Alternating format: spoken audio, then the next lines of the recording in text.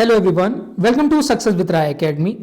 28 दिसंबर 2023 के दैनिक जागरण के राष्ट्रीय संस्करण को आज की इस वीडियो में हम डिस्कस करेंगे। तो चलिए वीडियो को स्टार्ट करते हैं। सबसे पहली न्यूज़ है कि पंजाब से मध्य प्रदेश तक बिछी कोहरे की मोटी चादर। हालांकि सामान्य न्यूज़ है ये, और आप जहां रह रहे हैं वहां पर भी आपको कोहरा देखने को मिल रहा होगा। और पश्चिमी विक्षोभ के प्रभाव से पहाड़ों में बर्फबारी का जो असर है वो मैदानी इलाकों में भी दिखने लगा है। पंजाब से मध्य प्रदेश और गुजरात से बंगाल, उड़ीसा तक कोहरे की चादर और मोटी हो गई है। कई राज्यों में धीमी हवा और वातावरण में नमी की अधिकता के चलते सुबह 10 बजे तक सूर्यदेव के दर्शन भी नहीं उपलब्ध हो पाते हैं। धुंध का आवागमन पर असर ऐसा पड़ा है कि कई विमान हैं उनकी उड़ान प्रभावित हुई है। ट्रेनों की रफ्तारें रुक गई हैं। वंदे भारत, तेजस, शताब्दी, राजधानी जैसी ट्रेनें 7-7, 8-8 घंटे लेट चल रही है। इस कारण कुछ सड़क हादसे भी हुए हैं। कई लोग को जान भी इसमें गंवानी पड़ी है। नेक्स्ट न्यूज़ पर आते हैं। नेक्स्ट न्यूज़ है कि सजग रहकर करें कार्रवाई राजनाथ सिंह। देखिए, पुंछ में जो 4 आतंकवादी जो हमले में 4 जवानों ने बलिदान दिया अपना और 3 ग्रामीणों की मौत हुई थी, उस पर रक्षा मंत्री राजनाथ सिंह का ये बयान आया है। वो राजौरी में गए हुए हैं। रक्षा मंत्री राजनाथ सिंह ने कहा कि उन्हें पूरा भरोसा है कि भारतीय सेना जम्मू कश्मीर से आतंकवाद का सफाया कर देगी। इसके साथ ही हमें और सजग रहने की जरूरत है। उन्होंने जवानों का मनोबल भी बढ़ाया और कहा कि देश की रक्षा करने के साथ साथ देशवासियों का दिल जीतना भी सैनिकों की ही जिम्मेदारी है। ऐसी कोई चूक नहीं होनी चाहिए जिससे कोई भारतवासी आहत हो। उन्होंने सैनिकों से कहा कि हम युद्ध भी जीतेंगे और आतंकवादियों का सफाया भी करेंगे। पुंछ में आतंकी हमले में 4 जवान मारे गए थे। उसके अगले दिन 3 ग्रामीणों को भी मृत पाया गया था। इन ग्रामीणों को पूछताछ के लिए उठाया गया था सेना द्वारा। राजौरी में बुधवार को सेना के 25 डिवीजन मुख्यालय में सैनिकों को संबोधित करते हुए उन्होंने कहा कि जब एक भी सैनिक बलिदान होता है तो हम सो नहीं पाते हैं। यह दुखद है कि हमारे 4 सैनिक बलिदान हुए हैं। उन्होंने कहा कि देश की सेवा करते समय अपने आप को लोगों से जोड़े रखें और उनका विश्वास जीतें। सैनिकों को समय समय पर लोगों से मिलना चाहिए और उनका हालचाल पूछना चाहिए। उन्होंने सैनिकों से जम्मू कश्मीर में आतंकवाद को खत्म करने के संकल्प के साथ आगे बढ़ने का भी आह्वान किया है। नेक्स्ट न्यूज़ है कि महादेव ऐप का संचालक सौरभ चंद्राकर दुबई में नजरबंद। रवि उप्पल से पूछताछ के बाद चंद्राकर आया पकड़ में। भारत लाने की है तैयारी। छत्तीसगढ़ सहित कई राज्यों में ऐप चलाने वाले दीपक नेपाली गिरफ्त में। देखिए, महादेव गेमिंग ऐप के जो सरगनाओं पर पुलिस ने पकड़ बना ली है।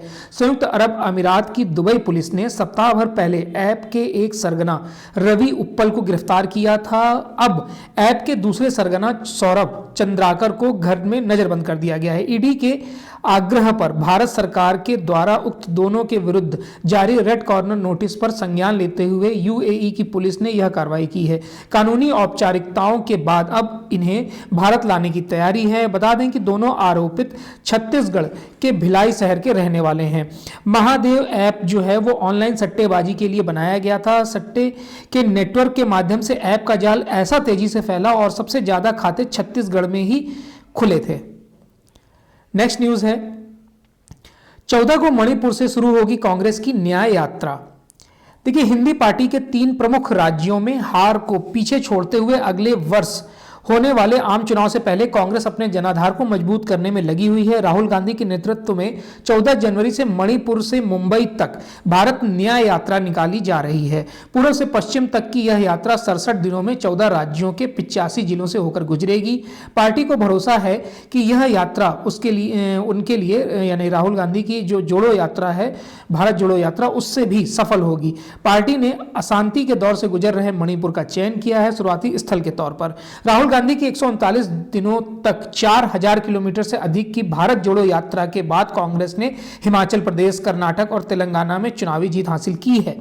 न्याय यात्रा 6200 किलोमीटर की होगी और यह ज्यादातर बसों पर होगी। बीच बीच में यह पदयात्रा का भी रूप लेगी। इसका समापन 20 मार्च को मुंबई में होगा। नेक्स्ट न्यूज पर आते हैं। विस्फोटक के रसायन का पता लगाने में जुटी एनएसजी। इजरायली दूतावास के पास मंगलवार शाम हुए धमाके की जांच में जुटी पुलिस व केंद्रीय एजेंसियों को घटनास्थल से विस्फोटक से संबंधित कोई सामान नहीं मिला है। आशंका है कि विस्फोट में ऐसे रसायन का प्रयोग किया गया है जो धमाके के बाद हवा में घुल गया है। बुधवार को एनएसजी की जो फॉरेंसिक टीम है मौके पर पहुंची। फॉरेंसिक रिपोर्ट के बाद मुकदमा दर्ज करने का निर्णय होगा। घटना के बाद दिल्ली में हाई अलर्ट घोषित करने के साथ ही सभी प्रमुख बाजारों, बड़े प्रतिष्ठानों, यहूदियों के रहने वाले इलाकों में सुरक्षा बढ़ा दी गई है और अंतर्राष्ट्रीय उड़ानों पर भी नजर रखी जा रही है। नेक्स्ट न्यूज है, नीतीश लालू ने बांट ली बिहार की सीटें। विपक्षी गठबंधन इंडिया में राष्ट्रीय स्तर पर सीटों के बंटवारे के सामूहिक विमर्श का दौर चाहे जब से शुरू हो, लेकिन बिहार में दो बड़े घटक दलों के बीच विवाद नहीं है। राजद और जदयू ने बराबरी के आधार पर 17-17 सीटें बांट ली हैं और इस निर्णय से कांग्रेस के शीर्ष नेतृत्व में को भी अवगत करा दिया गया है। बिहार में लोकसभा की 40 सीटें हैं। जदयू के पास अभी 16 व कांग्रेस के पास 1 सीट है। जदयू ने साफ कहा है कि वह किसी भी हाल में 17 सीटों से कम पर चुनाव नहीं लड़ेगी। पिछले लोकसभा चुनाव में भी भाजपा के साथ गठबंधन में हिस्से में इतनी ही सीटें आई थी। राजद के सूत्र हैं, उन्होंने बताया है कि मुख्यमंत्री नीतीश कुमार के प्रस्ताव पर लालू प्रसाद यादव की सहमति है और कांग्रेस और वाम दलों के हिस्से की सीटों को अभी स्पष्ट नहीं किया गया है, किंतु राजद और जदयू के बीच सहमति के बाद सिर्फ 6 सीटें बची हैं। इसी में कांग्रेस को 5 और माकपा माले को 1 सीट मिल सकती है। हालांकि कांग्रेस ने 10 और माले ने 5 सीटों की मांग रखी थी। बिहार में सरकार और राजभवन में ठनी। देखिए, बिहार में शिक्षा विभाग द्वारा विश्वविद्यालयों को दिए जा रहे आदेशों और उच्च शिक्षा संबंधी फैसलों पर राजभवन ने फिर कड़ी आपत्ति जताई है। राज्यपाल और कुलाधिपति राजेंद्र विश्वनाथ आर्लेकर के निर्देश पर उनके प्रधान सचिव रॉबर्ट एल चोंगथू ने अफसरों की मनमानी की शिकायत करते हुए बिहार सरकार के मुख्य सचिव को पत्र लिखा और इस संबंध में तत्काल जरूरी कदम उठाने का आग्रह किया है। पत्र में राजभवन ने राज्य सरकार से कहा है कि राज्य के विश्वविद्यालयों से जुड़े शिक्षा विभाग के उन आदेशों के मामलों में सुधारात्मक निर्णय लें जो अलोकतांत्रिक एवं अवैधानिक है। मुख्य सचिव को लिखे पत्र में बताया गया है कि राज्यपाल ने यह माना है कि शिक्षा विभाग के आदेशों से ऐसा प्रतीत होता है कि विभाग राज्य के शैक्षणिक माहौल पर को एक तरीके से पाबंद कर रहा है और बिगाड़ना चाहता है। नेक्स्ट न्यूज पर आते हैं। अब नहीं चलता भाई भतीजावाद, मोदी भी आपके परिवार का, प्रधानमंत्री। देखिए, विकसित जो भारत संकल्प यात्रा को गांव और गरीबों से जोड़ने का जो अभियान बताते हुए प्रधानमंत्री नरेंद्र मोदी ने खुशी जताई कि यात्रा को शुरू हुए अभी 50 दिन भी नहीं हुए हैं, लेकिन ये यात्रा अब तक लाखों गांवों तक पहुंच चुकी है। यात्रा में योजनाओं के लाभार्थियों से वर्चुअल संवाद में उन्होंने कहा कि विकसित भारत संकल्प यात्रा का ध्येय उस व्यक्ति तक पहुंचने का है जो किसी कारणवश भारत सरकार की योजनाओं से वंचित रहा है। कभी कभी तो लोगों को लगता है कि गांव में 2 लोगों को मिल गया है तो हो सकता है उनकी कोई पहचान होगी।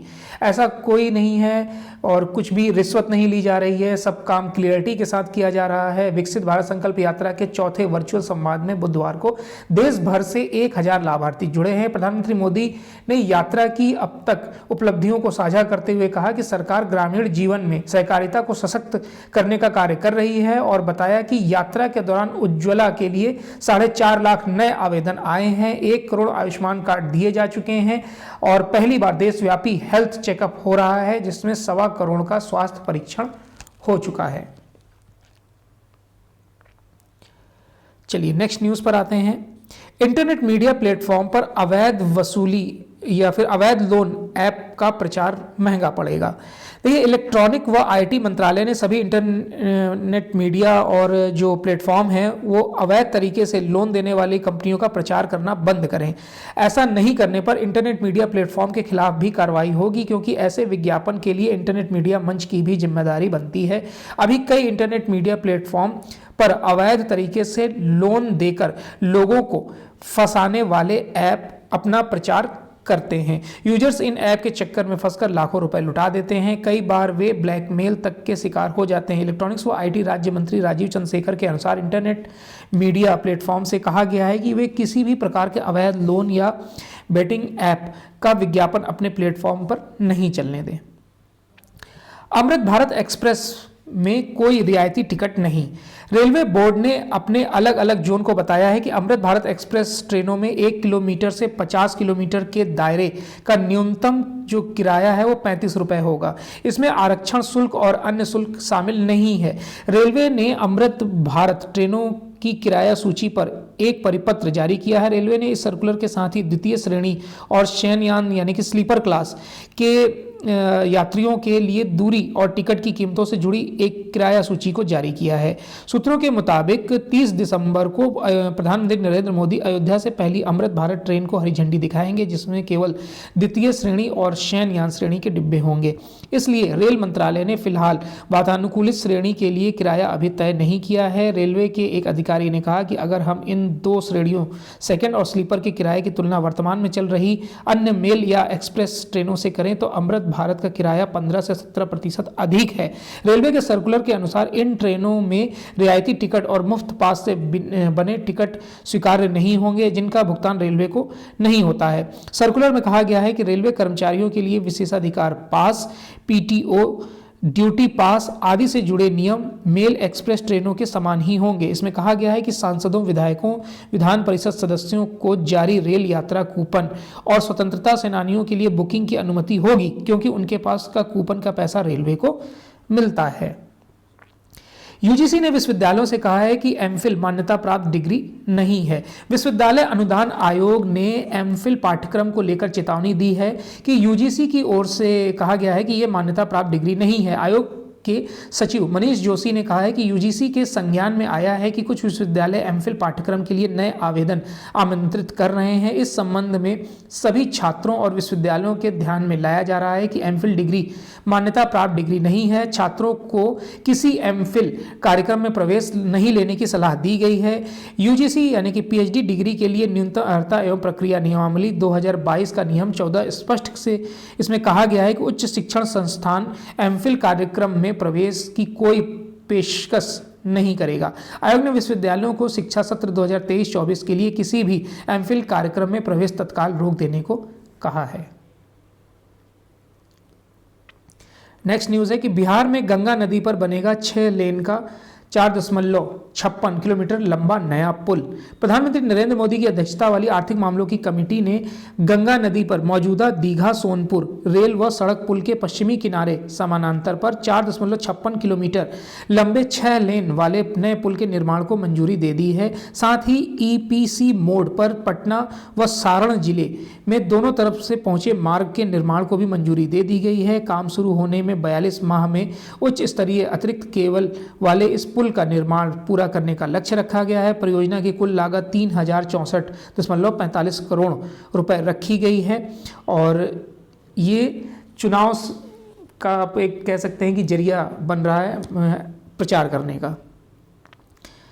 सुप्रीम कोर्ट ने स्थगन पर मानक प्रक्रिया तैयार करने को समिति बनाई है। सुप्रीम कोर्ट ने कार्रवाई स्थगित करने की मांग करने वाले वकीलों के लिए एक मानक संचालक प्रक्रिया तैयार करने के लिए न्यायाधीशों की एक समिति का गठन किया है। समिति ने इस संबंध में बार और अन्य पक्षों के सुझाव आमंत्रित किए हैं।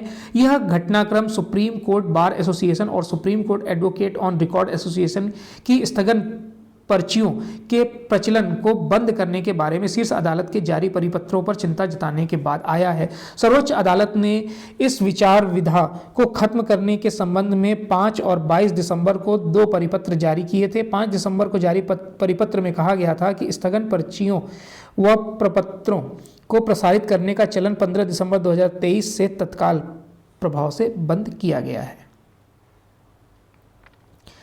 5 सेक्टर को सेवा डिलीवरी सुगम बनाएगी सरकार। सरकार आम लोगों की जिंदगी को और आसान बनाने की कोशिश में जुट गई है। प्रधानमंत्री खुद इसकी निगरानी कर रहे हैं। तभी आगामी 28 और 29 दिसंबर को प्रधानमंत्री नरेंद्र मोदी सभी राज्यों के मुख्य सचिवों के साथ जिंदगी को और आसान बनाने के साथ 5 सेक्टरों की गुणवत्ता बढ़ाने और उसकी सेवा डिलीवरी को सुगम बनाने के लिए सभी राज्यों के विशेष सचिवों के साथ बैठक करने जा रहे हैं। हालांकि सचिवों की औपचारिक बैठक देर शाम को शुरू हुई है। जिन 5 सेक्टरों की सेवाओं की गुणवत्ता बढ़ाने के साथ उनकी डिलीवरी को बिल्कुल आसान बनाने की तैयारी की जा रही है, उनमें जमीन, बिजली, पेयजल, स्वास्थ्य और स्कूल को शामिल किया गया है। नेक्स्ट पेज है एडिटोरियल पेज, और एडिटोरियल पेज में आज पहला आर्टिकल लिखा गया है, समय के अनुरूप सराहनीय पहल। हाल के वर्षों में जिस प्रकार के नए तरह के अपराध उभरे हैं, उन्हें देखते हुए आपराधिक कानूनों में जो ये परिवर्तन किया गया है वो समय की मांग थी, और इसी पर यह आर्टिकल लिखा गया है। ये आर्टिकल लिखा है centre for employed research in governance के अध्यक्ष CBP श्रीवास्तव द्वारा। लोकतांत्रिक राष्ट्रों में विधि के शासन के तहत यह देखा जाता है कि एक ओर जहां किसी निर्दोष व्यक्ति को सजा नहीं हो, तो दूसरी ओर कोई अपराधी न्याय तंत्र से बचकर निकलने में सफल ना हो पाए। ऐसे राष्ट्रों के आपराधिक कानूनों का उद्देश्य यही होता है। और भारत में जो आपराधिक न्याय प्रणाली है, वो उसके जो 3 प्रमुख घटक हैं वो सबसे जानना जरूरी है। तो सबसे पहला है पुलिस, दूसरा है न्यायपालिका और तीसरा है सुधारात्मक। देखिए, पुलिस जांच करने, अपराधियों को पकड़ने और कानून लागू करने के लिए जिम्मेदार है। न्यायपालिका यह सुनिश्चित करने के लिए उत्तरदायी है कि मुकदमा निष्पक्ष रूप से चले और न्याय मिले। सुधारात्मक प्रणाली अपराधियों के पुनर्वास और उन्हें भविष्य में अपराध करने से रोकने के लिए जिम्मेदार होती है। आपराधिक न्याय प्रणाली का जो प्राथमिक उद्देश्य है वह सुनिश्चित करना है कि न्याय मिले। यह अभियुक्तों के अधिकारों की रक्षा करने और पीड़ितों को न्याय प्रदान करने के लिए भी जिम्मेदार है। आपराधिक न्याय प्रणाली अपराध निवारक के रूप में भी कार्य करती है। इस पूरी प्रक्रिया की अगर हम कुशलता, अपराध विधि की प्रभाविता और उसके क्रियान्वयन की कार्यकुशलता पर निर्भर करते हैं। इसी पृष्ठभूमि में भारत में औपनिवेशिक शासन के दौरान बनी अपराध विधियों को प्रतिस्थापित करने की मांग बहुत पहले से चल रही थी और ऐसा ही किया गया। नए कानूनों में भारतीय न्याय संहिता पूर्ववर्ती भारतीय दंड संहिता का स्थान लेगी। इसमें सामुदायिक सेवा को सजा के रूप में जोड़ा गया है। इसके तहत राजद्रोह अब अपराध नहीं बल्कि भारत की संप्रभुता, एकता, अखंडता को खतरे में डालने वाले कृत्य के रूप में एक नया अपराध है। भारतीय न्याय संहिता में आतंकवाद को एक ऐसे आपराधिक कृत्य के रूप में परिभाषित अब कर दिया गया है जिस कृत्य का उद्देश्य देश की एकता, अखंडता और सुरक्षा को खतरे में डालना है, आम जनता को डराना है, लोक व्यवस्था को बिगाड़ना है। एक और महत्वपूर्ण तथ्य ये है कि संगठित अपराध को अपराध के रूप में जोड़ा गया है। ये सबसे महत्वपूर्ण है, ये जो चेंजमेंट किए गए हैं। अगर हम बात करें कि जो और परिवर्तन हैं, जो इम्पोर्टेंट परिवर्तन किए गए हैं, तो भारतीय न्याय संहिता ने IPC में उल्लिखित दुष्कर्म, ताक झांक, पीछा करना, महिला की गरिमा का अपमान करने जैसे कृत्यों को उसी रूप में अपराध माना है। हालांकि इस संहिता में विशेषकर सामूहिक दुष्कर्म के मामले में पीड़ितों की जो वयस्क आयु थी वो 16 थी, उसको बढ़ाकर 18 कर दिया गया है। भारतीय जो नागरिक सुरक्षा संहिता 2023 और भारतीय साक्ष्य अधिनियम 2023 जो क्रमशः आपराधिक प्रक्रिया संहिता 1973 और भारतीय साक्ष्य अधिनियम 1872 की जगह लेंगे, इन अपराधों के लिए एक अलग आपराधिक प्रक्रिया प्रदान नहीं करते हैं। संगठित अपराध और आतंकवाद पर विशेष कानूनों में सामान्य आपराधिक प्रक्रिया से कई भिन्नताएं हैं। कुल मिलाकर अगर हम बात करें तो सबसे बड़ा परिवर्तन इस रूप में है कि नए कानूनों में औपनिवेशिक दृष्टिकोण के बदलते लोकतांत्रिक दृष्टिकोण को अपनाया गया है। अगर दूसरे शब्दों में 3 नए कानूनों का उद्देश्य केवल दंड देना नहीं बल्कि दंडात्मक न्याय देकर समाज में सुधार लाना भी है। दंड की कठोरता में वृद्धि समाज में एक सुदृढ़ निवारण का भी कार्य करती है और अपराधों को कम करने में इससे सहायता मिलती है। हाल के वर्षों में जिस प्रकार के नए अपराध उभरे हैं उनको देखते हुए विधियों में किया गया परिवर्तन सराहनीय कहा गया है। जो नेक्स्ट आर्टिकल है उसमें बताया गया है गुलाम कश्मीर का सच किस तरह से पाकिस्तान छुपाता है, और इसी पर आर्टिकल लिखा है पूर्व राजदूत एवं forgotten Kashmir the other side of line of control के लेखक, जिनका नाम है दिनकर P श्रीवास्तव। इसमें ये बताया गया है कि पिछले दिनों सुप्रीम कोर्ट ने अनुच्छेद 370 को निरस्त करने के केंद्र सरकार के फैसले को कानूनन वैध ठहराया, तो पाकिस्तान ने कार्यवाहक प्रधानमंत्री अनवार उल हक काकर ने प्रतिक्रिया देते हुए जम्मू कश्मीर से संबंधित संयुक्त राष्ट्र सुरक्षा परिषद के प्रस्ताव और जनमत संग्रह की बात उठाई है। उन्हें कोई याद दिलाए कि सुरक्षा परिषद के प्रस्ताव का अगर किसी ने उल्लंघन किया है तो वह पाकिस्तान ही है, जिसकी बागडोर वह इन दिनों संभाल रहे हैं। अगर थोड़ा सा हम बैक साइड में जाएं, पिछले समझौतों में जाएं, तो देखिए यहाँ पर लिखा गया है कराची समझौता। कराची समझौता के बारे में सबसे पहले जानते हैं कि 1949 में पाकिस्तान और उसके कब्जे वाले कश्मीर के नेताओं के बीच एक गुप्त समझौता हुआ था, जिसके तहत पाकिस्तान ने यह क्षेत्र अपने शासन में ले लिया था। हालांकि गुलाम कश्मीर के उस समय के राष्ट्रपति सरदार इब्राहिम ने अपने जीवन के अंतिम चरणों में कई बार कहा था कि उन्होंने जिंदगी में कई गलतियां की हैं, पर यह गलती नहीं की है। इससे स्पष्ट हो जाता है कि यह समझौता एकमात्र कहानी है। 1947 की अगर बात करें तो जो पाकिस्तान ने इलाका हथियाया था वह गिलगित में बगावत वहां पर हुई थी, और बगावत वहां के लोगों ने नहीं की थी बल्कि एक अंग्रेज अफसर मेजर ब्राउन ने की थी, जो गिलगित स्काउट का अध्यक्ष था। यह सेना बल कहने के लिए तो महाराजा हरि सिंह के अधीन था, लेकिन इसकी कमान अंग्रेज अफसर के हाथों में थी और इसका मुख्यालय पेशावर में था। मेजर ब्राउन ने अपनी जीवनी में लिखा है कि बगावत सफल होने के बाद उसने यह इलाका पाकिस्तान के राजनीतिक एजेंट को सौंप दिया था।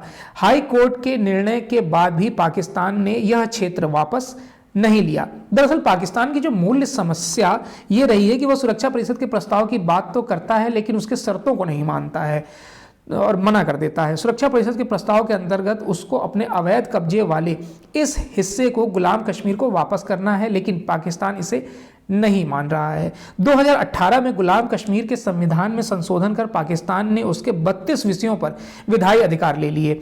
उसी साल इस्लामाबाद ने गिलगित बाल्टिस्तान के भी सारे अधिकार पाकिस्तान प्रधानमंत्री में निहित कर दिए। इस प्रकार पाकिस्तान ने इन दोनों क्षेत्रों का अपने में एकीकरण भारत द्वारा अनुच्छेद 370 को खत्म करने के पहले ही कर दिया था।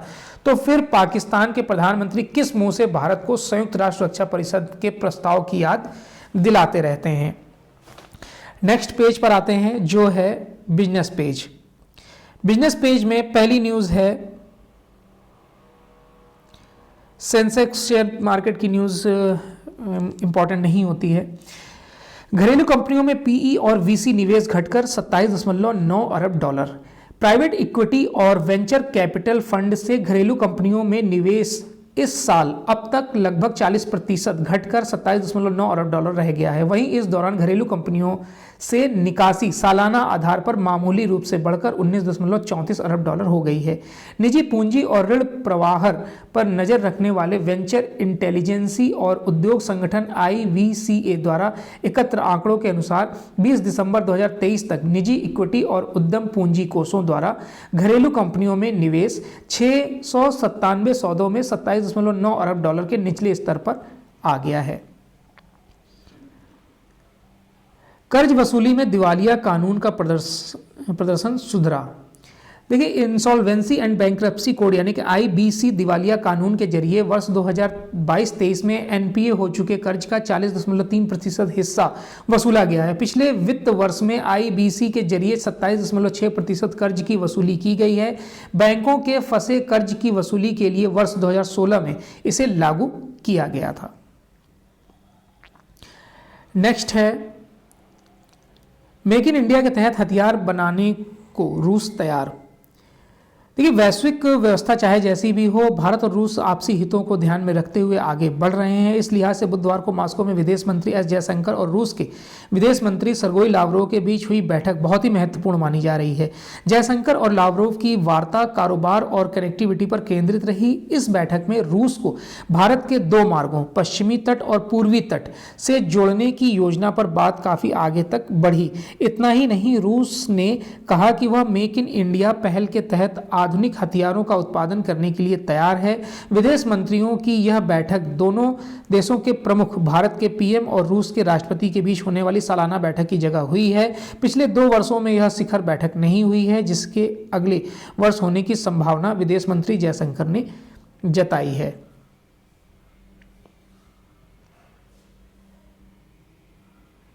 चलिए, तो ये आज का यानी 28 दिसंबर 2023 का दैनिक जागरण का राष्ट्रीय संस्करण था। आई होप आपको वीडियो अच्छा लगा होगा। अगर वीडियो अच्छा लगा हो तो लाइक और शेयर कर दीजिएगा। वीडियो देखने के लिए धन्यवाद।